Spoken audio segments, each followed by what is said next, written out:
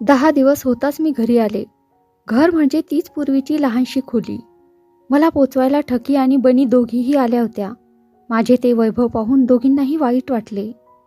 मला त्याचे काहीच वाटले नव्हते खरे, पण आता या परिस्थितीत जागा अपुरी वाटू लागली. एक लहानसा पाळणा येऊन पडला होता. एक कॉटही आली होती आणि पूर्वीचे किरकोळ सामान धरून खोलीतली जागा इतकी अडली गेली की आलेल्या पाहुण्याला बसायला जागा मिळाली नाही. नानाने ही सर्व व्यवस्था केली होती खरी, पण मला त्याचे काहीच वाटले नाही. पूर्वीच्या परिस्थितीत कृतज्ञता बुद्धी उत्पन्न झाली असती, पण नाव बदलल्याचा तो राग माझ्या मनात सळसळत होता. खोलीत आल्यानंतर मी त्याच्याशी फारशी मोकळेपणाने बोलले नाही, पण माझ्या प्रकृतिमानाचा तो परिणाम असावा असा त्याच्या मनाने समज करून घेतला होता. म्हणून मी बोलू लागले तर तो मला बोलू देत नसे. पुन्हा पुन्हा मनातून कळ येत होता. चांगले सणसणून बोलून घ्यावे असे वाटत होते, पण ठकीची अनुज्ञा मोडता येत नसे. दुसरा दिवस उजाडला. त्या दिवशी बारसे करण्याचा प्रश्न नानाने काढला, पण मी तो तसाच उडवून दिला. रूढी मोडण्याच्या माझ्या क्रमाला अनुसरून मी बारसे करण्याचे टाळले असा त्याचा समज झाला असावा, पण खरे कारण तेवढेच नव्हते. उद्या कुणीतरी माझ्या या मुलीचे नाव बदलणार, मग आजच तिला कशाला नाव ठेवा असे मला वाटले. माझे काहीतरी नाव ठेवले होते, म्हणून ते न बदलण्याचा हट्ट मला धरावा लागला. काहीच नाव ठेवले नसते तर कशाला एवढे कुरुक्षेत्र झाले असते. दिवसांवर दिवस जात चालले होते. माझा सारा वेळ मुलीच्या जोपासनेत जात होता. न्हाणे धुणे करण्यासाठी एक मोलकरीण ठराविक वेळी येत असे. बाकीचा सारा वेळ मला सर्व काही पाहावे लागे. जेवणाचा डबा आणला जात होता आणि माझ्यापुरते जे काही पथ्याचे करावयाचे ते नानाच करीत असे. ठकी बहुतेक दररोज येऊन मुलीला पाहून जात असे. मधून मधून बनीही येत असे. मुलीची प्रकृती निकोप असल्यामुळे औषध पाण्याची जरुरी लागत नव्हती. किरकोळ तान्ह्या मुलांना आवश्यक असणारी बाळ औषधे द्यायचे काम ठकी स्वतः करीत असे. तिला ही एक नवीन करमणूक उत्पन्न झाली होती. दिवसेंदिवस तिला मुलीचा जास्त लळा लागू लागला. नोकरीच्या बाहेरचा बहुतेक सर्व वेळ ती बहुतेक माझ्याकडेच घालवू लागली. केव्हा केव्हा तर ती रात्रीचीही माझ्याकडेच राहत असे.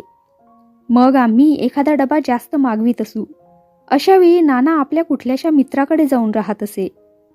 पुढे पुढे हे तिचे जवळजवळ नित्याचेच होऊ लागले. त्याला कारण माझाच आग्रह असे. ठकीची आवश्यकता मला फार भासत होती. नानाशी भांडण करण्याची उकळी वारंवार मला येत होती. ठकीची तर सक्त ताकीद होती. तेव्हा अर्थातच तिला राहून घेण्यापलीकडे दुसरा उपाय नव्हता. एका रविवारी आम्ही जेवून खाऊन बसलो होतो. इतक्यात बनी आली. पहिल्याने इकडल्या तिकडल्या गोष्टी चालल्या होत्या, पण पुढे आमची चरित्रे निघाली. चरित्राच्या अनुरोधाने चर्चेला सुरुवात झाली. मी नानाला विचारले, या परिस्थितीला जबाबदार कोण? वर्णभेदामुळे ही परिस्थिती उत्पन्न झाली आहे. ती चांगली आहे की वाईट आहे? ठकी तेल्याची मुलगी. लग्न झाल्यावर तिचा नवरा तिला छळू लागला. शेवटी तुरुंगात गेला. तेल्याची मुलगी होती म्हणून तिला काडीमोड करता आली. पुन्हा लग्न करून ती सुखी झाली. तेच बनीकडे पहा. बनीच्या नवऱ्याला तिचा संशय आला. निष्कारण संशय आला, पण त्याची त्या संशयाबद्दल खात्री होती. संशय आला म्हणून त्याने तिला टाकून दिले. दुसरे लग्न केले आणि तो सुखी झाला. बनीला तसंच दुसरं लग्न का करता येऊ नये? तिच्यावर घेतलेला आळ खोटा होता, किंबहुना काही आळच नव्हता. तिच्या बहिणीवर घेतलेल्या खोट्या आळाचा परिणाम तिला भोगावा लागला.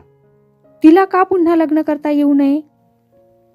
नाना क्षणभर विचारात पडला, पण लगेच हसून म्हणाला, हा कायद्याचा प्रश्न आहे. पुनर्विवाहाचा कायदा झाला आहे, म्हणून तसं काही झालं असतं तर तिला पुनर्लग्न करता आलं असतं. पण तिचा नवरा हयात आहे. हयात असला तरी तिच्या लेखी मेल्यासारखाच आहे, मी मध्येच म्हटलं. त्यानं दुसरं लग्न केलं, मग हिनंच हे कुंकवाचं वैधव्य सक्तीनं का पाळावं? हा पावित्र्याचा प्रश्न आहे, नाना गंभीरपणे म्हणाला. पुरुषानं लग्न केलं, एक बायको टाकून दुसरं लग्न केलं तरीही तिथं पावित्र्याचा प्रश्न येत नाही. हे बंधन स्त्रियांसाठी आहे. मी म्हटले, का? मला माझ्या आईची आठवण झाली. माझ्या या काने ती कातावून जात असे. नानावर त्याचा काय परिणाम होतो हे त्यावेळी मला पाहायचे होते. काय वेडा प्रश्न हा, नाना म्हणाला. ही अगदी सरळ गोष्ट आहे. अंतःकरणाला पटण्याजोगी आहे. इथं चर्चेचा प्रश्नच नाही. का नाही, मी म्हटले. नाना मोठ्याने हसून म्हणाला, काहीतरी बोलायचं म्हणून बोलते आहेस झालं. स्त्रियांच्या पावित्र्याचं महत्त्व ठरवायला चर्चा कशाला हवी? माझी वादबुद्धी उसळून आली. मी म्हटले, हे सरळ उत्तर नव्हे, हा नुसता लपंडाव आहे. स्त्रियांचं पावित्र्य बनीच्या दुःखाआड येतं. ठकीला ते मोकळी का देतं? पहिल्या नवऱ्याची काडीमोड करून ठकी अपवित्र झाली नाही का? काय वाईट झालं तिचं? पावित्र्याच्या खोट्या अभिमानानं त्या दारुड्या कैद्याला धरून राहिली असती तर तिच्या आयुष्याचं मातेरं झालं असतं. मी लहानपणची तिची मैत्रीण. मी तिला भेटेन म्हणून त्यानं बिऱ्हाड बदललं. आज कदाचित तिची माझी भेटही झाली नसती, पण त्या चांडाळाला सोडून तिनं लग्न केलं म्हणून ना ती शिकली, म्हणूनच ना ती नर्स झाली, म्हणूनच ना ती माझ्यासारख्यांच्या उपयोगी पडते आहे. पावित्र्याच्या खोट्या अभिमानानं जर ती तशीच सडत राहिली असती तर आज कदाचित मरूनही गेली असती. आज ती दुसऱ्यांची मुलं खेळवते आहे, उद्या स्वतःची मुलं खेळवू लागेल. तेच या बनीकडे पहा. दादा भेटले म्हणून आज ती थाऱ्यावर तरी आहे. भेटले नसते तर काय झालं असतं हे तुला सांगता येईल का? कदाचित कुणातरी चोराच्या हाती सापडली असती किंवा बाजारात गेली असती. आज तिचा सत्यानाश झाला असता. मग स्त्रियांचं पावित्र्य कुठं गेलं असतं? दादांच्या कृपेनं आज ती मार्गाला तरी लागली आहे. हा काही तुमच्या कायद्याच्या चांगुलपणाचा नव्हे किंवा तुमच्या पावित्र्याचा प्रतापही नव्हे. याचं उत्तर तू काय देणार? पावित्र्य बनीला आड येतं, याचं कारण ती ब्राह्मण आहे. ठकीला आड येत नाही, याचं कारण ती तेलीन आहे, शूद्र आहे. दोघांसाठी पावित्र्याचा हा भेद का? हे बंधन सर्व स्त्रियांना सारखं होईल तर माझं काही म्हणणं नव्हतं, पण ब्राह्मणालाच तेवढा निर्बंध का? नाना क्षणभर गप्प बसला. निरुत्तर झालेल्या निराशेची छाया त्याच्या चेहऱ्यावर दिसत होती. तरीही उसने अवसान आणून तो म्हणाला, ही बंधनं आहेत म्हणूनच ब्राह्मण राहिले आहेत. मी चिडून म्हटले, ब्राह्मण हे ब्राह्मण राहून विशेष ते काय झालं आहे? काय फरक आहे बनीत न ठकीत? ठकी शूद्र असून जशी नर्स झाली आहे तशी बनी ब्राह्मण असून नर्स झाली आहे. नर्सची परीक्षा देताना किंवा परीक्षा दिल्यावर नर्सचे काम करताना ठकीला जसा शूद्रपणा आड येत नाही तसाच बनीचा ब्राह्मणपणाही तिच्या अंगी काही वैशिष्ट्य आणत नाही. ब्राह्मण नसल्यानं जगाच्या व्यवहारात ठकीचा कसलाच तोटा झाला नाही. ब्राह्मण असल्यानं बनीला कसलाच फायदाही मिळाला नाही. झाला तर तोटाच झाला आहे. संसार सुखाला ती सक्तीनं आचवली आहे. काहीतरी आडवी तिडवी उत्तरे देऊन माझे तोंड नानाला बंद करता आले नसते याची जाणीव होती, म्हणूनच तो स्वस्थ राहिला. त्याच्या मनात काहीतरी खळबळ चालली होती, पण उत्तर काय द्यावे याची चांगलीशी योजना त्याला करता येत नव्हती असे त्याच्या मुद्रेवरून दिसत होते. मी म्हटले, का बोलत का नाहीस? ठकी मध्येच म्हणाली, काय बोलणार ते? बोलायला काय आधार आहे? याचं उत्तर मला देता येईल. प्रत्यक्ष आच लागली असल्यामुळं मी या विषयाचा विचार केला आहे. पुरातन काळी ही खोटी बंधनं नसली पाहिजेत असं जी काही जुनी उदाहरणं सापडतात त्यावरून वाटतं. विवाह छेदाला स्मृतीतून देखील 14 प्रकारची कारणं ग्राह्य म्हणून दिली आहेत. त्यात नवरा बायकोंची मतं एकमेकांशी पटत नसतील तर त्यांनी सूत्रछेद करून उभयतांनाही विवाह करायला मोकळीक आहे असा आधार सापडतो. बाबू गोविंददास यांच्या हिंदू धर्म या पुस्तकात याचं विस्तारानं विवेचन केलेलं मी वाचलं आहे आणि त्याच्या अनुरोधानं स्मृतीतले आधारही पारखून घेतले आहेत. केव्हा तरी मधल्या काळात बहुतेक बुद्धाच्या काळानंतर हे नवे कायदे अंमलात आले असावे. शूद्रापेक्षा आपण कुणीतरी मोठे आहोत, जास्त पवित्र आहोत असे ठरवण्यासाठी ब्राह्मणांनी नसती बंधनं निर्माण करून त्यात आपल्याला बांधून घेतलं. या बंधनांचा सारा बोजा त्यांनी बायकांवर टाकला. सत्तेच्या जोरावर पुरुषांनी आपल्याला बंधने ठेवली नाहीत. सर्वांनाच मोकळीक होती ती अशा आताताईपणानं ब्राह्मणांच्या बायकांना बंधने घालून त्यांनी पावित्र्याचं प्रस्थ्य माजवलं. हा सारा दांभिकपणा बायकांच्या मूर्खपणाच्या जोरावर उभारून घेतला. याखेरीज याला दुसरं उत्तर नाही. आधी बायकांची थोरवी गायची, त्यांना देवता ठरवायचं आणि मग त्यांना वाटेल ती बंधनं घालून त्यांचा कोंडमारा करायचा आणि मग ब्राह्मण पुरुषांनी आपला मोठेपणा मिरवायचा. हेच तुमचं ब्राह्मण्याचं लक्षण होय ना नानासाहेब? नानाच्या चेहऱ्यावर लांडग्याचा क्रूरपणा दिसत होता, पण तो फारच थोडा वेळ झळकून गेला. हळूहळू त्याचा चेहरा निवळला आणि ठकीच्या शेवटच्या प्रश्नाला उत्तर देताना तो म्हणाला, सारेच दोष पुरुषांवर लादायची, विशेषतः ब्राह्मण पुरुषांवर लादायची हल्ली फॅशन होऊ लागली आहे. स्त्रियांच्या पावित्र्यावर जगाची उभारणी झाली आहे. त्याचे भाषण तोडून ठकी म्हणाली, कुठल्या स्त्रियांच्या? मूठभर ब्राह्मण किंवा पांढरपेशा स्त्रियांच्या? असली बंधनं असलेल्या स्त्रियांची संख्या 33 कोटीच्या मानानं किती थोडी आहे याची तुम्हाला नसली तरी आम्हाला चांगली कल्पना आहे. पावित्र्याचं नाव घ्यायचं, स्त्रियांना त्याचं बंधन घालायचं, तर साऱ्या स्त्रियांना सारखं बंधन घाला. तुम्हाला आपला मोठेपणा, ब्राह्मण्याच्या जोरावरचा मोठेपणा प्रस्थापित करायचा आहे आणि त्याच्यासाठी ब्राह्मणांच्या बायकांच्या सुखाचा तुम्ही नायनाट करता आहात. नियम घालताना तुम्हाला काय जातं? तुम्हाला काही क्लेश सोसावे लागत नाहीत. ब्राह्मणाच्या विधवेला जन्मभर सक्तीचं ब्रह्मचर्य पाळावं लागतं, हजामत करून घ्यावी लागते, थंडी वाऱ्यातून उघड्या अंगानं हिंडावं लागतं. कुणासाठी? ब्राह्मण पुरुषांना श्रेष्ठ ठरवण्यासाठी. त्याचा फायदा तिला मिळतो का? ब्राह्मण पुरुष एक बायको टाकून दुसरी बायको करतो. दुसऱ्या बायकोच्या संबंधानं त्याचं पावित्र्य नष्ट होत नाही का? हे पावित्र्य नष्ट होऊ नये असा कोणता आधार त्याला ईश्वराने दिला आहे? कुठलं पावित्र्य हिशेबात धरायचं? देहाचं, वृत्तीचं की कृतीचं? देहाचा पवित्रपणा गेल्यानं जर स्त्रिया अपवित्र होतात, तर दुसऱ्या स्त्रिया संबंधाने देहाचा अपवित्रपणा गेल्यानं पुरुषाचं पावित्र्य का नाहीसं होऊ नये? मानसिक किंवा आध्यात्मिक दृष्ट्या दोघांचंही पावित्र्य सारखंच नष्ट होतं आहे. तिथं पुरुषाला मोकळीक का आणि बायकोला बंधन का? आणि सर्वातला मोठा प्रश्न तो हाच की सारी बंधनं ब्राह्मणांच्याच बायकांना का? मूठभर ब्राह्मण बायकांनी ब्राह्मण्याच्या अभिमानाने ज्या शारीरिक, मानसिक आणि आध्यात्मिक यातना सोसायच्या त्या कुणासाठी? मूठभर ब्राह्मण बायकांच्या पावित्र्यावर हे सारं जग उभं राहिलं आहे का? तुम्हाला ब्राह्मणांचं वर्चस्व जर स्थापन करायचं असेल तर ब्राह्मण बायकांप्रमाणेच ब्राह्मण पुरुषांनाही बंधनं घाला. तुम्ही बलवान आहात ना, मग अबलेला जी बंधनं घालता त्याच्यापेक्षा जास्त बंधनं तुम्हा बलवंतांना नकोत का?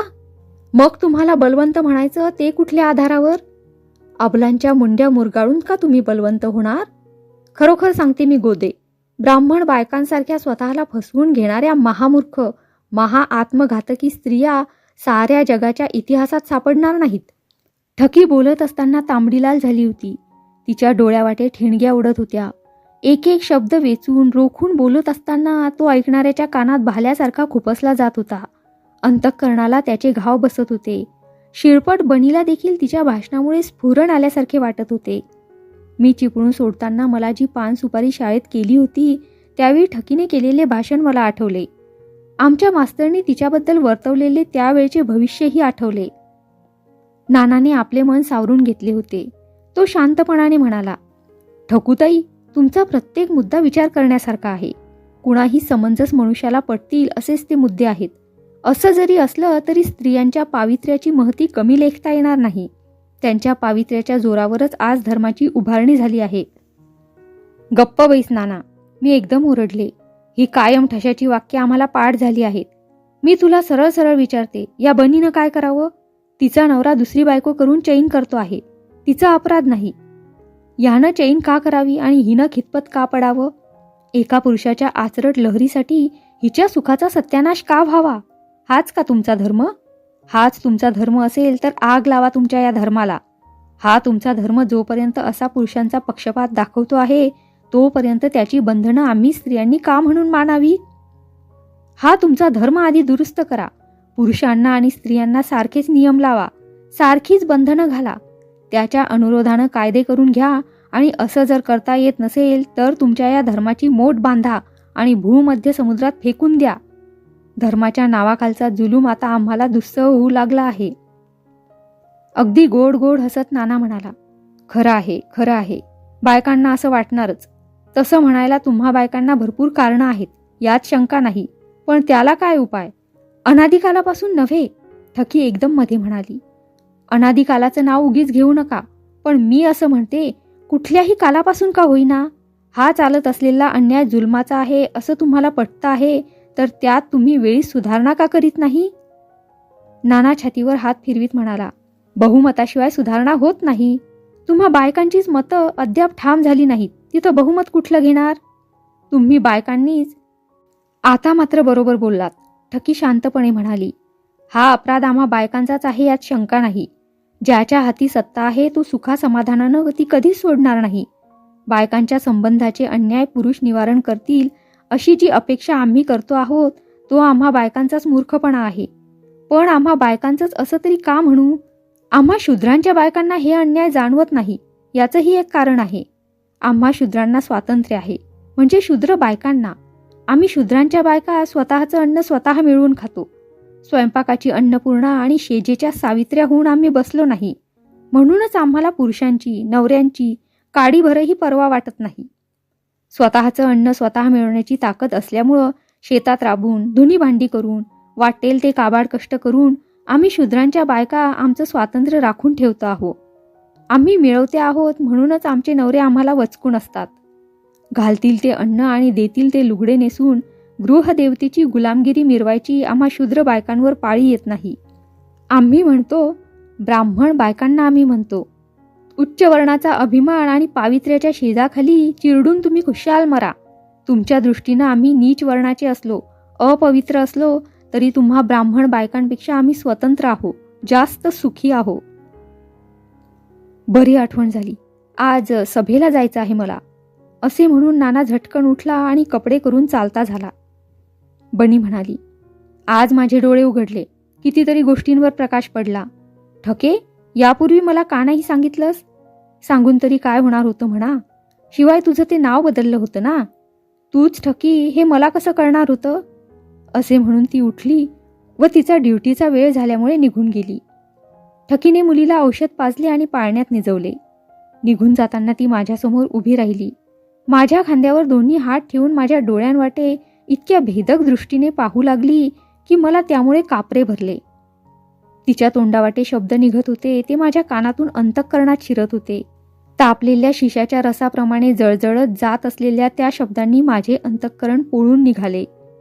गोदे, तू बुद्धिवान आहेस असा माझा समज होता. इतका मूर्खपणा करशील असं मला वाटलं नव्हतं. फसलीस वर गोदे, पार फसलीस. हा तुझा नाना एक अट्टल दुर्जन आहे, माझी पूर्ण खात्री झाली. ठकी निघून गेली.